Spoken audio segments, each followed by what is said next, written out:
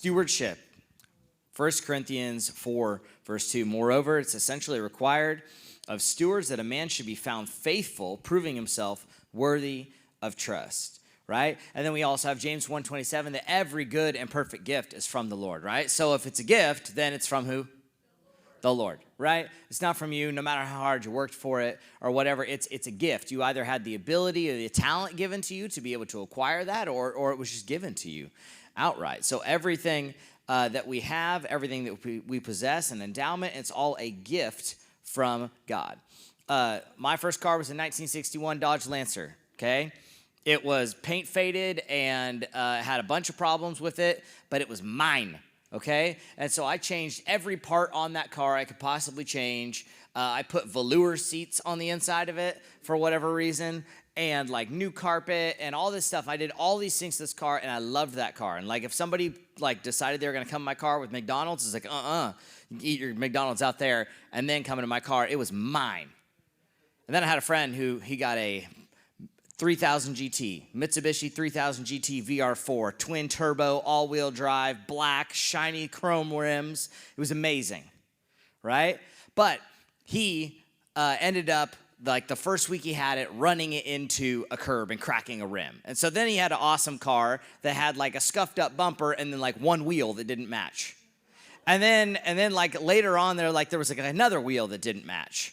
And then eventually he decided it would be a cool idea to try and do donuts in the parking lot of the youth group, and somehow blew out his transmission doing it. And so this amazing car that we were just like, oh, you got what for your first car? Right? That amazing car, it just sat. Right? And so he was not a good steward of his car. He'd been given a gift. In this case, it was a pretty expensive one. Like back then when I was in high school, it would like a $15,000 car. Okay, that's not much now, but that was a whole lot back then. But he didn't steward that. And everything that we have, every gift that we have, is an opportunity for us to steward it well or to steward it poorly. It's the only two options, right? You're going to do something with it. Either you're going to take advantage of the opportunity or you're going to lose the opportunity, right? So this is not just the monetary things. It's not just gifts. It's not just cars. It's also our talents. Right? It's the things that we have been given that we know how to do well, right? If you are a good musician and you're like, I just don't ever do anything with it. Well, you've been given a talent and you're not stewarding it well, right? Stewardship has to do with being given a charge to maintain the affairs or property of another. Remember, every good and perfect gift is from who? It's not yours, right? We're just stewards of it. We just get to hold on to this money and kind of use it a little bit to whatever purposes while we're here. And then we die and it's gone. And we're not using it anymore. We don't care, right? I can guarantee you that my Father up in heaven is not worried right now about like how much money is coming in here and if he's going to be able to pay his, angel cherub tax or whatever up in heaven. He doesn't care. He's not using money, right? So we're just stewards of it. Each one of us has also been entrusted to steward everything we are and have. Okay, time, talents, property, resources, opportunities, relationships. You got to be a good steward of your relationships, right? A steward is part of God's nature, and mankind was created in his image. It's like my wife said so wonderfully, it's like a little part of the character of God. God is a good steward of the things that he has, okay, of the things that he gives us. And so we should do the same thing. We should take after the Lord.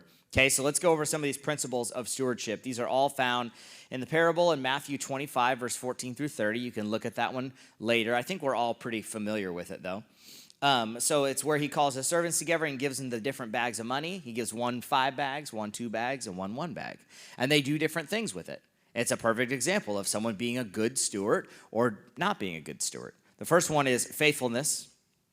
Okay, so as stewards, our job is not to question how much our master gives, but how to manage what he gives, right? We can get caught up in covetousness real quick, right? And being like, oh man, look at that person over there that like I was only able to get this and then they were able to get this. Man, like look at their house. It's huge and they have all these cool things and whatever. And we can very easily get caught up in that, well, that person has something different than what I have. And so then what I have, therefore, in our minds, is not as important. Right? It's like, oh man, yeah, I mean, I take care of my car and stuff, but it's really not that nice of a car. So like, I mean, who cares? Right? But like, man, if I had a brand new Corvette, like then I'd really take care of it. Right? Well, probably not. Okay, probably not. So it's not up to us to figure out how much we're supposed to have or to disagree with it or be like, I should have more or whatever. But we have to figure out how we're going to manage the things that God has given us, because he has given us all things. As that verse says, it is required of stewards that a man should be found faithful. Okay? So we have to be faithful with the things that we have been given. All right? There are two aspects of faithful stewardship that we need to mention. Okay? The first one is generosity. That's A. Generosity is defined as the willingness and freedom to share what we have with others. We just heard about, that generosity, right? Then we learn that from the Lord, because God so loved the world that he gave generously his only son. He didn't have to, right? He didn't have to do that, but he chose to, and we all now get the benefit of it. And so we're going to try and live after his example. Well, that means we need to be generous with everything that we have, right? So generosity is part of that. Generosity is more than an action. It also includes our attitude. Okay? Because you can give. You can say, yeah, I got to write my check. I have to give my tithe, or I have to do this. Or it's like, well, I feel like I really kind of have to give an offering now because I feel kind of guilty about it. Okay? Generosity is also your attitude. We see this where Jesus is referring to like the widow that had the 2 mites. Well, it wasn't the amount. It was the fact that she was willing to give it, right? It was her attitude behind the whole thing, that she was willing to give that. In Mark 10, we also see that on the other side, where the rich young ruler, he was supposed to give to the poor, right? To give away everything he had and follow Jesus. And he was like, yeah, you see the way my bank account is set up. I got a checking and a savings, and I can't, I'm sorry, I can't, Jesus, right? And so it goes both ways. It's attitude based. Okay, B is the second part of faithful stewardship is contentment. Okay, so for us to properly steward what we presently have, we must appreciate it and where that contentment comes from. Okay, we see Apostle Paul talk about this all the time, right? He's like, hey, I'm content whether or not I have this or I don't, whether I'm healthy or I'm not, whether I'm fed, whether I'm hungry, if I'm naked, if I'm clothed, I'm content. Okay, content is not complacent. Different things, okay? Content is, okay, Lord, if you've placed me here, what am I supposed to do while I'm here? And Lord, I recognize that, this is where you got me, so that's okay. Whatever that is, wherever you have me, that must be something that I need to use, something I need to do, something I need to learn. Contentment then is a resting or satisfaction of mind without anxiety or protest, okay? Oh, I guess this is enough, but I sure wish I had this, and I wish that this would, well, you're not doing it with contentment. You have anxiety about it. You're worried about it. You're stressed about it. Right? And when we do that, right, like I said, it can lead to covetousness. Pretty easy. When we're not content, we can covet. So to covet is to want what belongs to another. You want their house, their job, their relationship, their money, their whatever.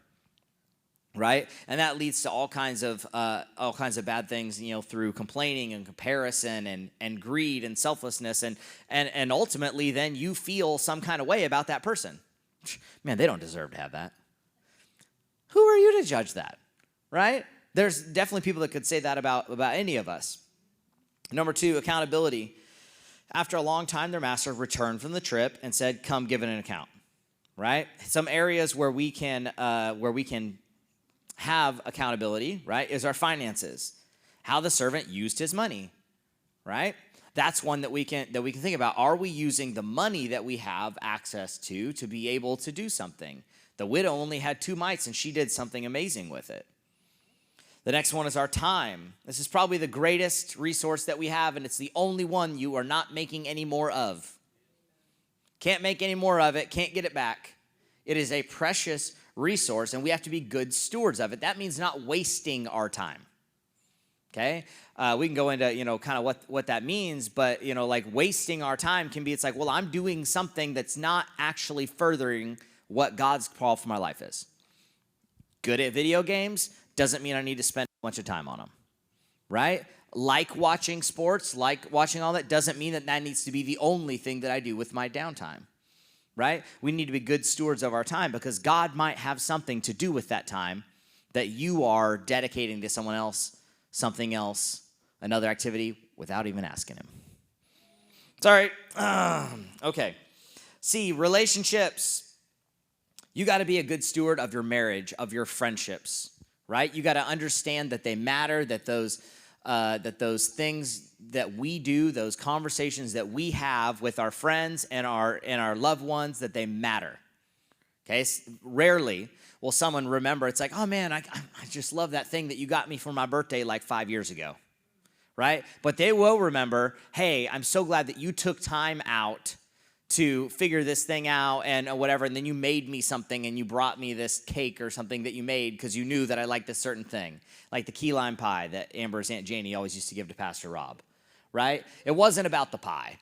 Yeah, they were good, okay? And it may have contributed to this a little bit, right? But they were so good. But it was about that she cared and that she did it and that she recognized that key lime pies were his favorite, and so that he did that. That relationship mattered. She understood that she was being a good steward of that relationship. Okay, our gifts and our talents, our natural abilities to give and serve, right? You may be amazing at something, but just like the song, this little light of mine, right? You can't hide that light under a basket. You have to let that light shine. You have to let it out. That's what it was made for. God didn't give you your gifts so that you could collect them and put them in a cabinet. God gave your gifts so that you could use them to further the kingdom, to become the person that you were meant to be, to do the things that you were meant to do. Okay, and those gifts are what equip you to be able to do that. It says that in 1 Peter 4, verse 10. Okay, our next one is our opportunities. Like, think about, like, if you've ever extended yourself to get somebody a job, right? What are you going to say? You're going to be like, hey, don't make me look bad, right? Because I gave you an opportunity. That was still a gift, a steward of an opportunity. If you recommend me for a job, and then I go, and I'm just, like, in shorts and a T-shirt and a backwards ball cap and flip-flops for my interview, I wasted that opportunity, right? Chris, you're not hiring that guy, are you? So, like, I wasted that opportunity. The opportunity was the thing that was given, and we were not good stewards of that opportunity. So we have to be stewards of whatever opportunity we are given, okay? Whether or not that's something like that or just an opportunity to share with someone. It's like you can tell by the conversation. I'm having this conversation, and it seems like, in my world, like, man, it seems like this student is, like, open a little bit, that I could say something, and they might actually listen, which doesn't always happen, okay? No matter how good of a youth pastor you are. And so it's like, wow, I feel like they're open a little bit. I'm going to take advantage of that. I'm going to be a good steward of that moment that I've been given, that opportunity that I've been given, so that God's things can be pushed forward.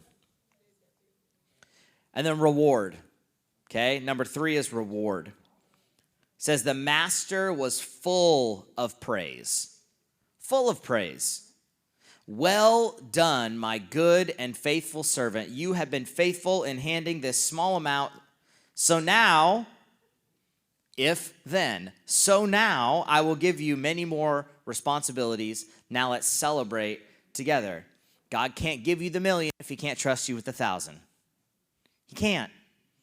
Okay, because how many millionaires do you know that they got that way from a lottery ticket or something, and now they're broke? You're broker than you were before, in a worse financial situation than you were before, because you weren't faithful with the thing you had, and then you lucked into this big amount of money, and all of a sudden now it's all gone, right?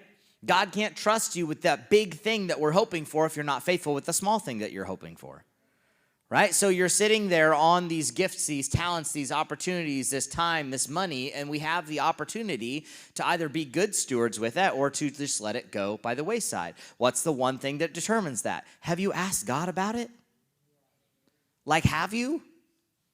Because people are just like, oh, yeah, pray about it. Be like, oh, yeah, of course. But like, are you though? Like, did you? Like, you have to actually ask God about it, because that's the only way that you're going to get revealed to what that is, right? Have you studied about it? Have you prayed about it? Have you talked to God about it? Have you talked to anybody except for like complaining to somebody about it? Because if you're not willing to do that, well, then that's why you're not getting the answers to what you should do with that. Lord, how should I do this? How should, well, that's the first step. You ask him.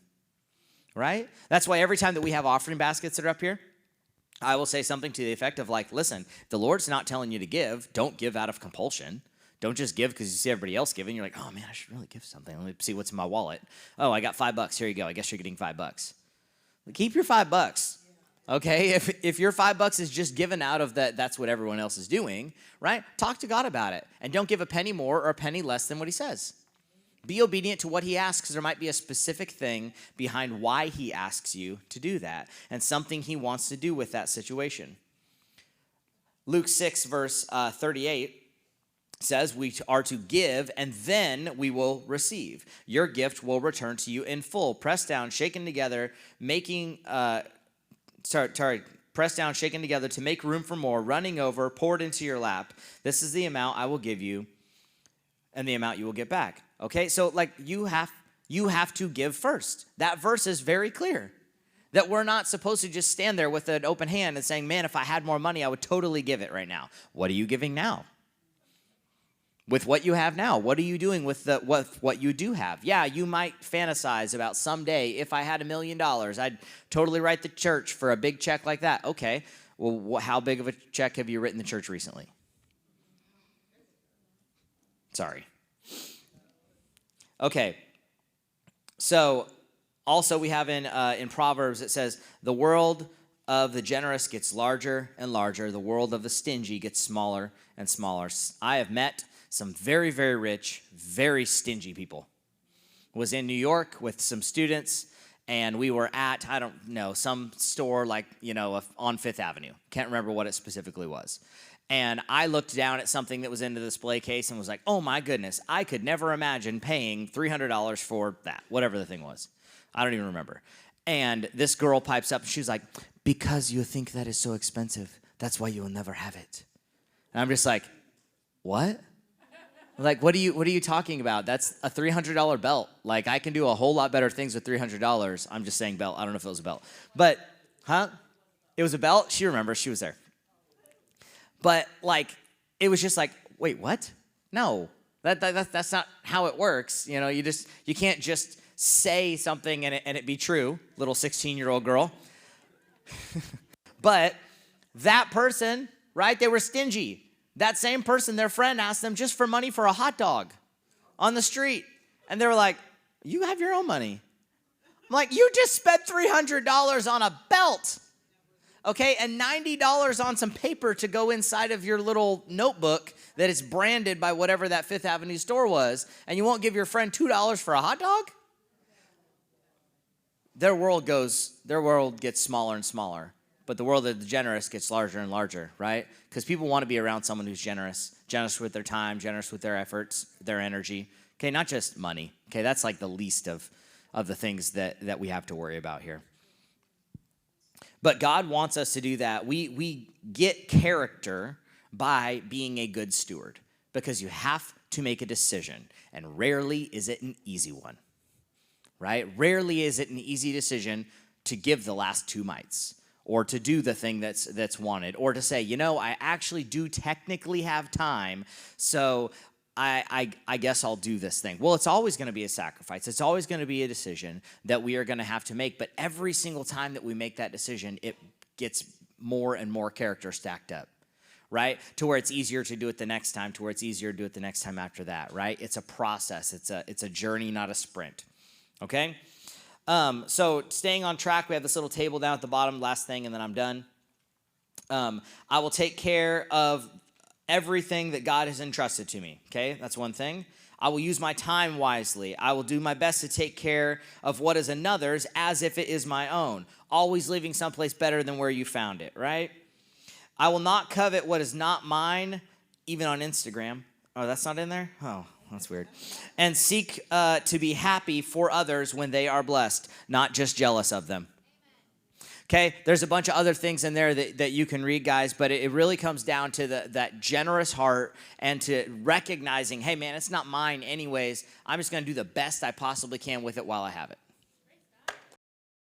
Would you bow your heads with me?